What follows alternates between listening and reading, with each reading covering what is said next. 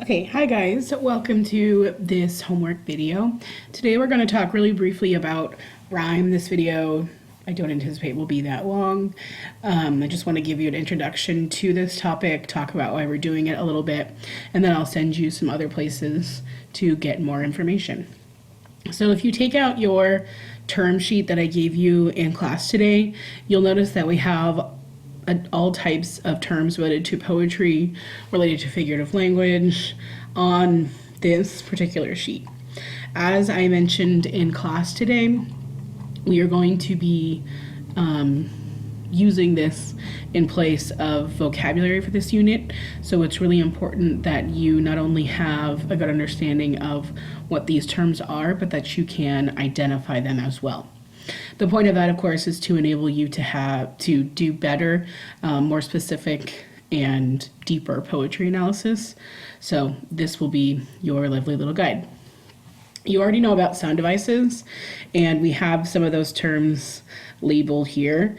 We already know about alliteration, assonance, cacophony, consonance, euphony, and onomatopoeia. Today we're talking about rhyme. And as you can see, there are tons of different types of rhymes, and there are lots of different terms related to each one.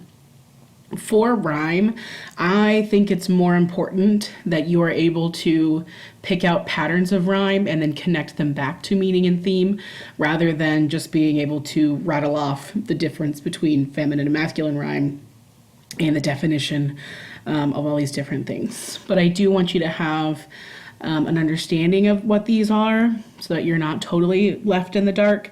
But what is more important is that you're able to identify patterns of rhyme and then analyze them, of course, in connection to meaning and theme. So let's start with this one. I rhyme is when words are spelled similarly, but when you say them out loud, they don't actually rhyme. These are also called sight rhymes or spelling rhymes, and a classic example of this is love and move. So when you look at love and move, it looks like they should rhyme, but of course when we say them out loud, we pronounce them differently. Love and move do not rhyme. The next example I want to talk about is feminine rhyme, and a feminine rhyme is sometimes called a double rhyme because it rhymes in 2 syllables. An example of feminine rhyme would be passion and fashion, because we have a syllable here in pash rhyming with fash, and then we have un in passion rhyming with un in fashion. Passion and fashion, also called a double rhyme, 2 syllables, stressed and unstressed. So in this word, pash would be the stressed syllable and un would be the unstressed syllable. That's feminine rhyme. Masculine rhyme is a little bit different. Masculine rhyme is also called single rhyme because only 1 syllable in 2 words are rhyming, usually the ending syllable. So these could be really simple, like went and spent. Those are obviously 1 syllable words, and those syllables are rhyming, hooray. Or it could be a longer word like philosophy and the, philosophy and the. So here we have the fee rhyming with the, so 1 syllable rhyme, end of the word. All right, then we have internal rhyme, and internal rhyme is when you have rhymes in the middle of a line rather than at the end. So if we're looking at lines of poetry, actually, let me just get an example up here. Hold on, I'll be right back. Okay, movie magic, here I am back on a different screen. So here we have The Raven by Edgar Allan Poe.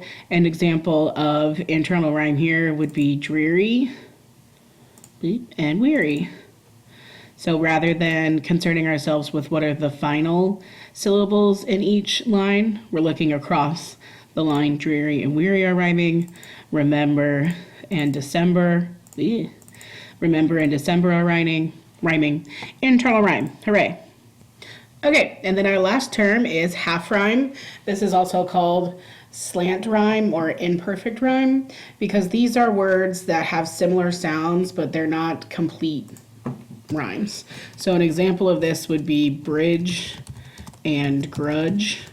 Those words obviously don't rhyme, but we have a lot of consonants going on here. We have the r and r, and then we have the j and j. So half rhyme, slant rhyme, imperfect rhyme. I think of when I think of half rhyme, I think of Eminem because there's this great 60 Minutes interview from 2010. So let's hear him and his example. You bend the word. Yeah, it's just in the enunciation of it. Like people say that the word orange doesn't rhyme with anything, and that kind of pisses me off because I can think of a lot of things that rhyme with orange. What rhymes with orange? If you're taking the word at face value, and you just say orange, nothing is going to rhyme with it exactly. If you enunciate it and you make it like more than one syllable, orange, you could say like, I put my orange 4-inch door hinge in storage and ate porridge with George. You just have. Okay, the reason why those are sounding so similar is because of the consonants between those words and the assonants between those words.